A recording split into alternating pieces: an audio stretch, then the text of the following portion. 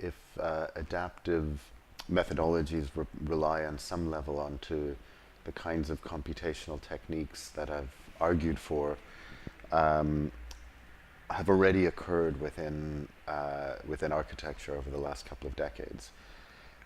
Within urbanism, that's a little bit slower and more latent to kind of take root, but also I don't think it's purely the sources of adaptive master planning would only be computational urbanism. There might also be, scenario planning. There could be a number of approaches which are a little bit more policy-driven or narrative-driven.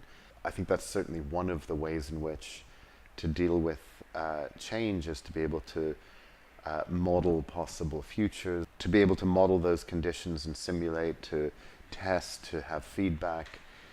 On some level does require the access and harnessing of complexity and the information modeling of that complexity. So I've argued for some time that yes, the computational techniques that have taken root within architecture have in many ways, a very different set of potentials within urbanism, and I don't know if those two scales or professional milieus are so distinct and isolated, yet I do believe that there's great potential to integrate between different design disciplines, planning, etc. But a lot of what I would say is broadly speaking computational urbanism does challenge very conventional master planning techniques.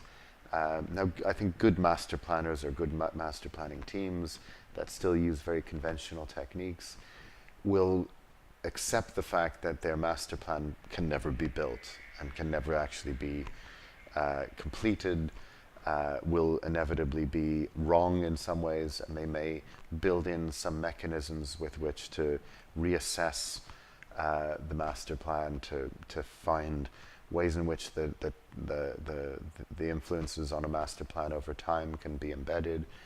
Those are the potentials with which at least computational designers can bring to the discourse to be able to speculate on the complexities and indeterminacies of what will shape cities over time in the future. I mean, I think BIM, as you mentioned, is one of the kind of management tools by which the complexity can be controlled. I don't think BIM is a very creative set of tools. They're quite managerial.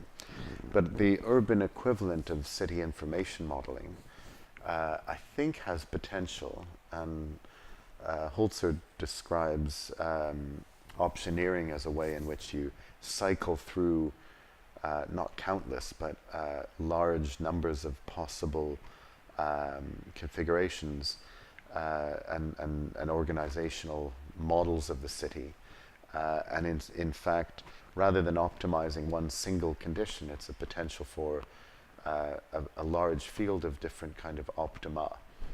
This culture of city information modeling, which is really burgeoning. It's just really on the outset. I don't think many people are really working in this area. Certainly an area where BIM will be applied not just on a larger scale, but also much more creatively. The goal of applying BIM to buildings is to heighten the efficiency of time and minimize cost and etc. So